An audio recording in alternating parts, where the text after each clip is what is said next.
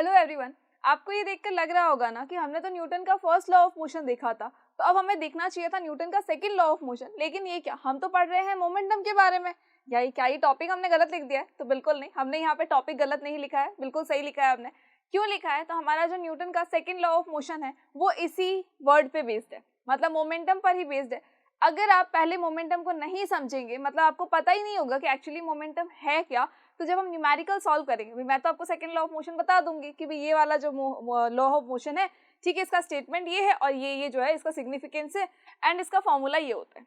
ठीक है, कोई प्रॉब्लम नहीं। अब जब न्यूमेरिकल्स में आएगा कि जो मोमेंटम है वो 5 है, 7 है, 2 है, जो भी है, और उसका यूनिट भी होगा साथ के अंदर, लेकिन तब आप ये सोच रहे होंगे कि एक्चुअली हमारा मोमेंटम होता क्या है बेसिकली, ये तो हमें पता होना चाहिए ना।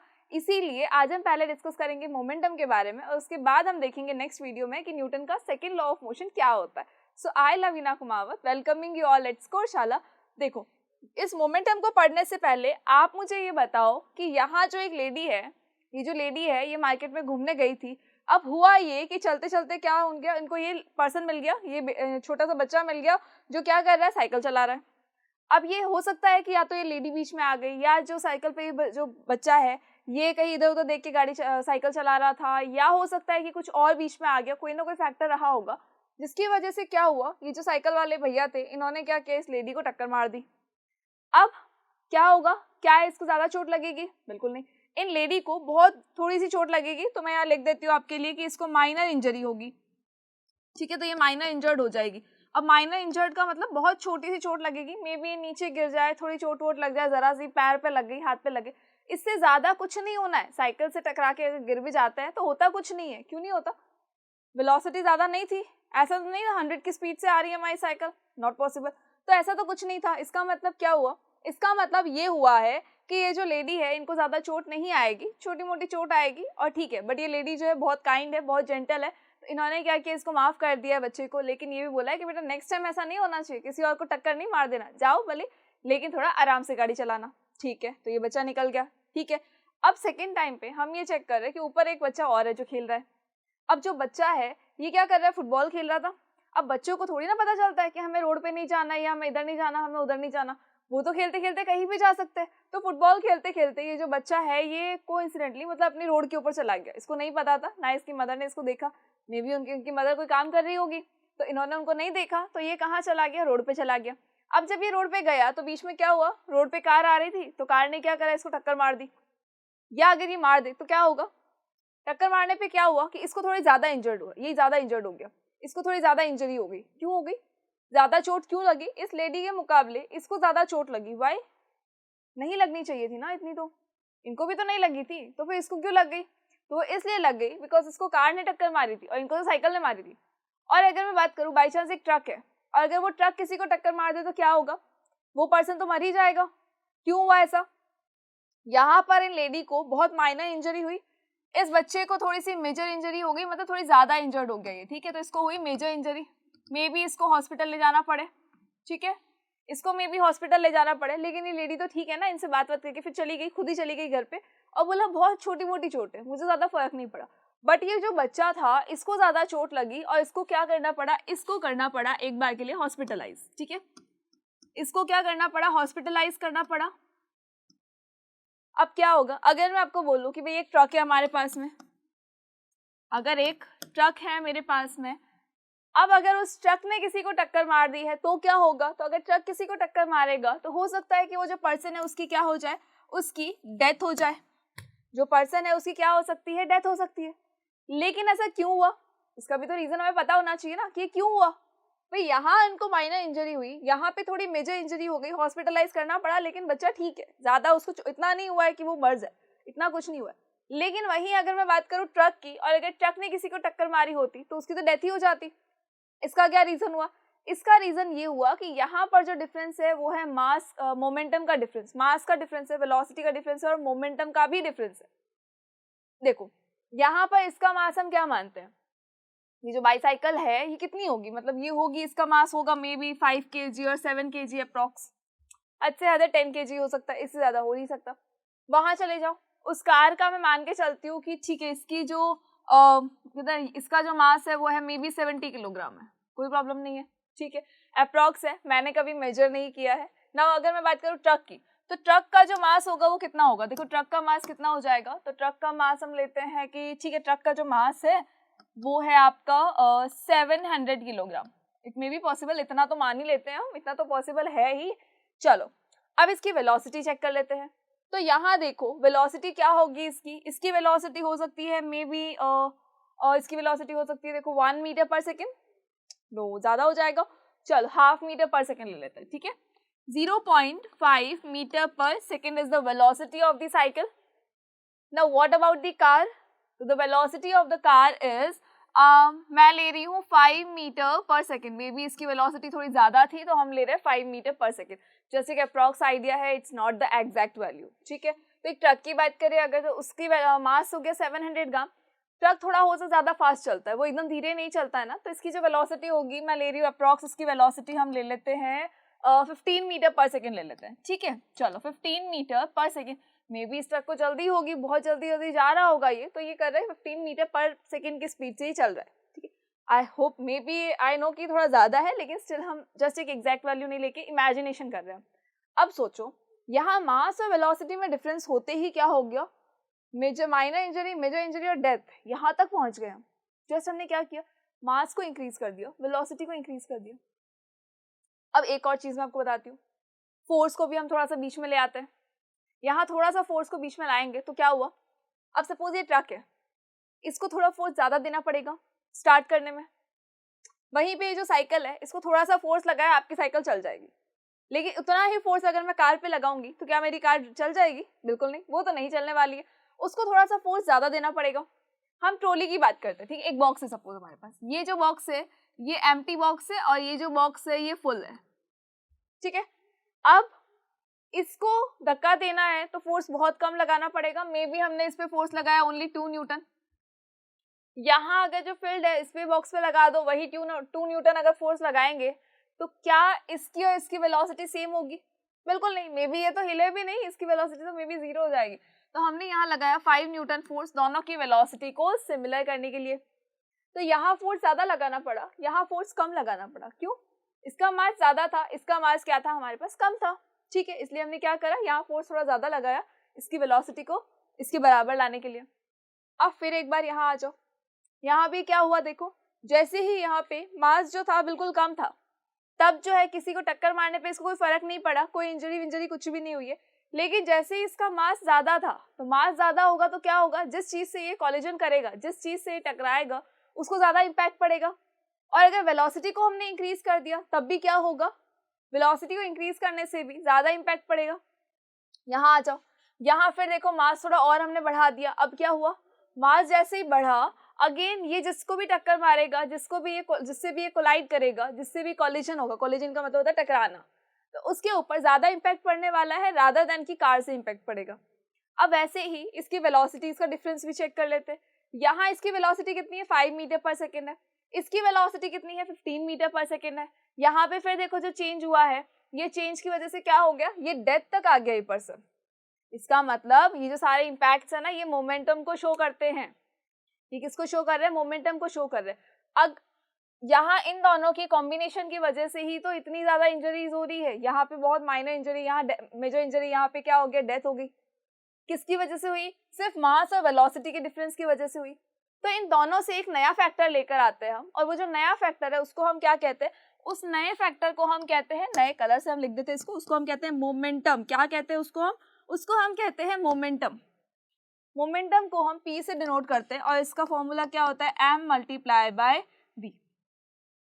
मतलब कि अगर मैं मास को इंक्रीज करूंगी तो क्या होगा, मोमेंटम इंक्रीज हो जाएगा। वेलोसिटी को मैंने इंक्रीज किया तो भी मोमेंटम इंक्रीज हो जाएगा, कॉलिजन पे सामने वाले को ज्यादा इम्पैक्ट पड़ेगा। सपोज हमने क्या किया, ये जो पर्सन था, ठीक है, ये जो बच्चा है 0.5 मीटर पर सेकेंड की स्पीड से अपनी साइकिल को चला रहा है, ठीक है, कोई प्रॉब्लम नहीं। अब एक बच्चा और आता है जिसकी साइकिल गियर वाली है, ठीक है, अब गियर वाली साइकिल है, अगर वो किसी को टक्कर मार देगा तो क्या होगा, इस लेडी से तो थोड़ी ज्यादा इंजरी होने वाली है। क्यों होने वाली है, क्यों उसको इम्पैक्ट पड़ने वाला है कोलाइड होते ही, बिकॉज उसकी वेलोसिटी ज्यादा होगी। जो गियर वाली साइकिल होगी उसकी velocity it may be possible कि वो 2 मीटर पर सेकेंड या 3 मीटर पर सेकेंड तक उसकी वेलोसिटी हो। दैट इज वाई जिससे भी वो कोलाइड करेगा, जिससे भी उसका कोलिजन होगा, जिससे वो टकराएगा, उसको ज्यादा इम्पैक्ट पड़ेगा रादर देन कि इस बच्चे से इम्पैक्ट पड़ रहा है। ठीक है, आई होप कि इतनी चीज आपको क्लियर हो गई कि एक्चुअली हो क्या रहा है। ठीक है, तो यहाँ अगर मैं मोमेंटम की बात करूँ तो ये क्या होगा, m into v हो जाएगा। अब हमने फोर्स की बात क्यों की थी, तो ये तो मैं आपको बताऊंगी नेक्स्ट वीडियो में, जब हम बात करेंगे सेकंड लॉ ऑफ मोशन की, उसी में मैं आपको बताऊंगी कि हमने मोमेंटम के साथ में इस फोर्स का डिस्कशन क्यों किया है। अभी चलो, अभी के लिए आप ये देख लो कि जो m और v का जो रिलेशन होता है उसी को हम क्या कहते हैं, मोमेंटम कह देते हैं। बिकॉज दोनों में से अगर आप किसी भी एक चीज को कम या ज्यादा करते हो तो जिस भी चीज से ये जो ऑब्जेक्ट है आपको कोलाइड करेगा उसके ऊपर ज्यादा या कम इम्पैक्ट पड़ेगा, बिकॉज उसका मोमेंटम जो है वो चेंज हो जाएगा। अब यहाँ पर देखो, हमने क्या कर दिया, सपोज मैंने किया कि v को मैं इंक्रीज कर देती हूँ। ठीक है, मैंने क्या कर दिया, जस्ट वेलोसिटी को इंक्रीज कर दिया। अब ये कार थी, मैं ये मान रही हूँ कि ये जो कार है इससे थोड़ी ज्यादा इंजरी हुई थी इस बच्चे को, तो ठीक है वो हॉस्पिटलाइज हो गया था, कोई प्रॉब्लम नहीं। अब ये जो कार वाला पर्सन है, मे बी ये कोई यंग चाइल्ड होगा, तो ये क्या कर रहा है, ये 5 मीटर पर सेकेंड की स्पीड से नहीं आ रहा है, ये आ रहा है 10 मीटर पर सेकेंड की स्पीड से। क्या इस बच्चे को पहले वाली स्पीड से देखे और अब अगर हमने देखो, क्या अब ज्यादा इंजरी होगी, बिल्कुल होगी। हो सकता है कि इस बच्चे की डेथ भी हो जाए, हो सकता है कि ज्यादा देर टाइम तक इसको हॉस्पिटलाइज रहना पड़े, हो सकता है कि इसको ज्यादा चोटें लगे। क्यों, वेलोसिटी को हमने इंक्रीज कर दिया। अगर यहीं पर अगर मैं बोलूँ आपको, वेलोसिटी बहुत कम हो जाती है इसकी, बहुत धीरे से चल रहा होता, मे बी पार्किंग वार्किंग ढूंढ रहा था, तो क्या हुआ, चलते चलते अचानक से बच्चा बीच में इसने ब्रेक लगा ली, जस्ट इस बच्चे को क्या होगा, टच होगी। कार जो है मे बी इस बच्चे को सिर्फ टच हुई, ज्यादा इंजरी नहीं हुई। ठीक है, थोड़ी सी चोट लगी, ज्यादा नहीं लगी, बस ये बच्चा नीचे गिर गया। क्यों, वेलोसिटी बिल्कुल डिक्रीज हो गई थी, ये पार्किंग ढूंढ रहा था तो बहुत धीरे धीरे चल रहा था।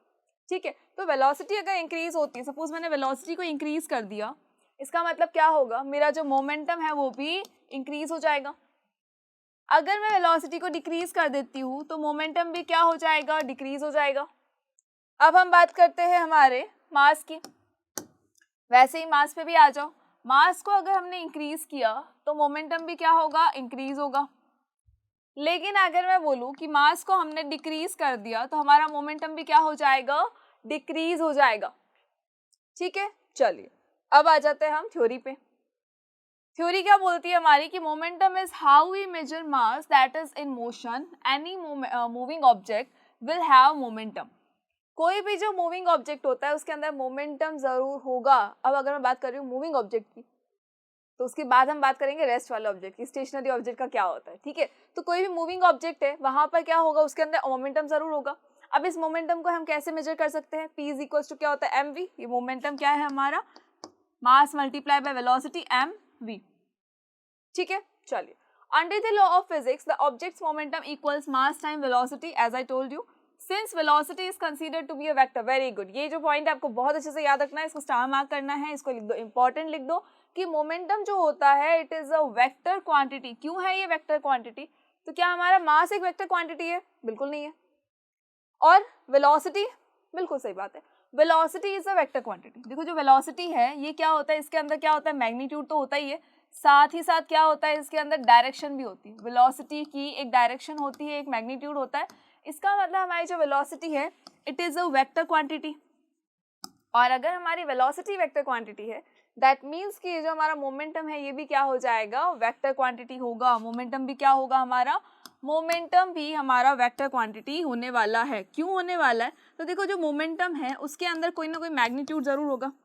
मैग्नीट्यूड कैसे होगा, तो देखो अगर हम बात कर रहे थे इस साइकिल की, ठीक है, इस साइकिल को हमने क्या कहा कि भाई ये जो साइकिल है इसका देखो 0.5 मीटर पर सेकेंड इज द वेलोसिटी और 5 किलोग्राम इज द मास। ठीक है, तो मोमेंटम कितना हो जाएगा हमारा, इट इज mv। m क्या है, मास हमारा है 5 मल्टीप्लाई बाय वेलोसिटी क्या है 0.5 मीटर पर सेकेंड। ठीक है, तो देखो 5 मल्टीप्लाई 5 क्या होता है 25, लेकिन एक डिजिट के पहले हमें पॉइंट लगाना पड़ेगा, तो इट विल बी 2.5। यूनिट में आपको भी बताऊंगी, यूनिट के लिए मैं स्पेस छोड़ रही हूँ यहाँ पे, अभी देखेंगे हम यूनिट को। लेकिन मोमेंटम का कोई ना कोई मैग्नीट्यूड जरूर है, वहां चेक कर लो उसका भी कोई मैग्नीट्यूड है क्या, तो बिल्कुल है। वहां देखो इसका मास कितना है 70 kilogram multiply by velocity is 10 metre पर second, that means it is 700। अब यूनिट तो मैं आपको भी बताऊंगी तब आप लगाना, उससे पहले हमें ये पता चल गया है कि जो मोमेंटम है इसका कोई ना कोई मैग्नीट्यूड जरूर है। अच्छा, व्हाट अबाउट डायरेक्शन? तो देखो जब वेलोसिटी की कोई ना कोई डायरेक्शन है, गाड़ी अगर इस वे में जा रही है या गाड़ी इस वे में ट्रेवल कर रही है, ये तो हमें पता होना चाहिए ना। तो ये हमें किससे पता चलेगा? वेलोसिटी से पता चलेगा। और अगर मैं वेलोसिटी को बोल रही हूँ कि p जो है वो डायरेक्टली प्रोपोर्शनल है वेलोसिटी के, इसका मतलब है कि जो मोमेंटम है उसकी भी कोई ना कोई डायरेक्शन जरूर होने वाली है। मोमेंटम की भी क्या होने वाली है? कोई ना कोई डायरेक्शन जरूर होगी। इसका मतलब momentum is also a vector quantity. Momentum भी कैसी क्वांटिटी है? वेक्टर क्वांटिटी है। इसको हम स्केलर नहीं कह सकते। Now come to the unit. अब इसकी यूनिट क्या होती है? तो देखो जब हमने कहा P is equals to mv, ठीक है, P is equals to mv है, कोई प्रॉब्लम नहीं है। अब अगर मैं आपको बोलूं कि मोमेंटम की यूनिट क्या होगी, तो आप मुझे ये बताओ m की यूनिट क्या होती है? मास की यूनिट किलोग्राम होती है, ठीक है। नाउ v की यूनिट क्या होती है? इट इज मीटर पर सेकेंड। तो यहाँ लिख दो मीटर पर सेकेंड। क्या यूनिट आ गई हमारे पास में मोमेंटम की? इट इज किलोग्राम मीटर पर सेकेंड। आई होप कि आपको इतनी चीज क्लियर हो गई है। चलिए, ये यूनिट किसकी होती है? हमारी मोमेंटम की होती है। तो वहां भी हम इसको लिख देते हैं, इट इज 700 किलोग्राम मीटर पर second and it is 2.5 kilogram metre पर सेकेंड। तो मोमेंटम की यूनिट क्या होती है? हमारी किलोग्राम मीटर पर सेकेंड होती है।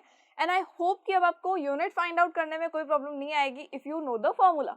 अगर आपको फॉर्मूला पता है, उस फॉर्मूले में जितने भी फिजिकल क्वांटिटीज़ है उनका यूनिट पता है, तो ऑब्वियसली आप जिस क्वांटिटी को आप मेजर कर रहे हो उसका भी आप यूनिट बहुत इजीली फाइंड आउट कर सकते हैं। तो मोमेंटम का आपको यूनिट ज़रूर याद रखना है। क्यों याद रखना है? तो देखो मोमेंटम के बिना हम यूनिट्स के बिना हम न्यूमेरिकल्स को सॉल्व नहीं कर सकते।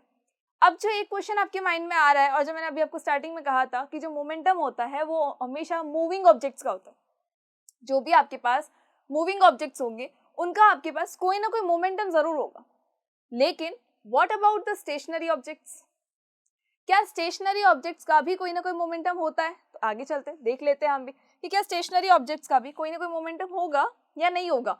तो देखो अब ये जो एक ट्रक है, ये हैप्पी ट्रक है बिकॉज ये अपना सारा काम करके आ चुका है। अब इसका कौन सा टाइम चल रहा है? रेस्ट पीरियड चल रहा है, ठीक है। अब ये क्या कर रहा है? ये अभी रेस्ट कंडीशन में है, सोने की तैयारी है इसकी अभी। He is very happy. Now देखो मास कितना है इसका? मास है इसका 1000 किलोग्राम। मास कितना है इसका? 1000 किलोग्राम है। और वेलोसिटी अभी कितनी है? वेलोसिटी तो 0 मीटर पर सेकेंड होगी ना। क्यों होगी 0 मीटर पर सेकेंड? बिकॉज ये अभी कैसे है? रेस्ट कंडीशन में है, ये अभी स्टेशनरी कंडीशन में है, तो इसकी कोई वेलोसिटी नहीं होने वाली है, 0 मीटर पर सेकेंड होने वाली है। Now what about the momentum? तो मोमेंटम हम फाइंड आउट करके चेक कर लेते हैं। देखो P इज इक्वल्स टू क्या होता है? mv। Now P is equals to m का मतलब कितना हो गया? 1000 multiply by velocity that is 0 metre पर सेकेंड। आंसर क्या आ जाएगा? It will be 0 kilogram metre पर सेकेंड। इसका मतलब इसका मोमेंटम कितना हो गया है? 0 हो चुका है। दैट मीन्स कि जो भी बॉडी रेस्ट कंडीशन में होगी हमेशा उसकी वेलोसिटी क्या होगी? 0 होगी। इसका मतलब है कि उसका मोमेंटम भी कितना हो जाएगा? 0 हो जाएगा। आई होप कि इतनी चीज़ आपको क्लियर हो गई है कि जो रेस्ट कंडीशन में होती है कोई भी अगर बॉडी, तो उसका कोई भी मोमेंटम नहीं होता है। हमेशा जो मोमेंटम होगा वो कोई ना कोई मूविंग ऑब्जेक्ट्स का ही होगा, अदरवाइज मोमेंटम को हम एक्सपेक्ट ही नहीं कर सकते। आई होप कि आपको मोमेंटम क्लियर हो गया होगा। Now in the next video we will deal with the Newton second law of motion, जो कि आपके लिए बहुत इंपॉर्टेंट होने वाला है और बहुत ज़्यादा इंटरेस्टिंग भी होने वाला है बिकॉज उसकी बहुत सारे मैं रियल लाइफ एग्जांपल्स आपको बताऊंगी कि आप उसको वहाँ पर एक्सपीरियंस कर सकते हो। आपको याद रखने की जरूरत नहीं है, जस्ट वो रियल लाइफ एक्सपीरियंस को याद रखना है और ऑटोमेटिकली आपको सेकंड लॉ ऑफ मोशन भी याद हो जाएगा। तब तक के लिए थैंक यू सो मच।